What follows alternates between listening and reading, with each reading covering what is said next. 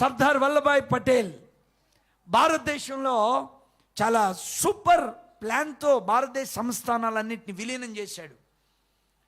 చాలామంది రాజుల్ని, నవాబుల్ని విలీనం చేసినటువంటి వ్యక్తి. చాలా సమయోచితంగా ఆలోచించి పనిచేస్తాడు.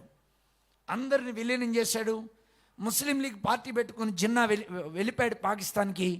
అప్పుడు పటేల్ ఏమన్నాడంటే నెహ్రూ గారితో, నెహ్రూజీ వాళ్ళందరూ వెళ్ళిపోయారు, ఇక క్రైస్తవులు ఒక్కలే ఉన్నారు, వీళ్ళని తీసుకెళ్ళి ఏదో ఒక చిన్న పార్ట్ మేఘాలయ, అస్సాం మంచుల్లో పడేసామంటే వాళ్ళే చచ్చిపోతారు అంటే నెహ్రూ గారు అన్నాడంట, పటేల్ భాయ్ ఎందుకు వాళ్ళ జోలికి పోతావు, వాడు నిద్రపోతున్న సింహం లేచాడంటే మన ఇద్దరు ఉన్నాం అన్నాడంట.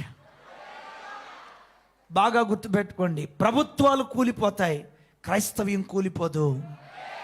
క్రైస్తవుడు సజీవుడుగా ఉంటాడు ఆయన నామంలో. దేవుని వాక్యం సజీవమై నిలుస్తుంది. అడాల్ఫ్ హిట్లర్ 1942లో జర్మనీ రాజధాని బెర్లిన్లో రేడియో కేంద్రంలో మాట్లాడాడు.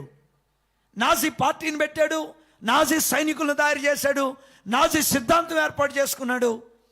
యూదుడు అనేవాడు ఎవడు కనబడకూడదో మొత్తాన్ని చంపేయాలన్నాడు.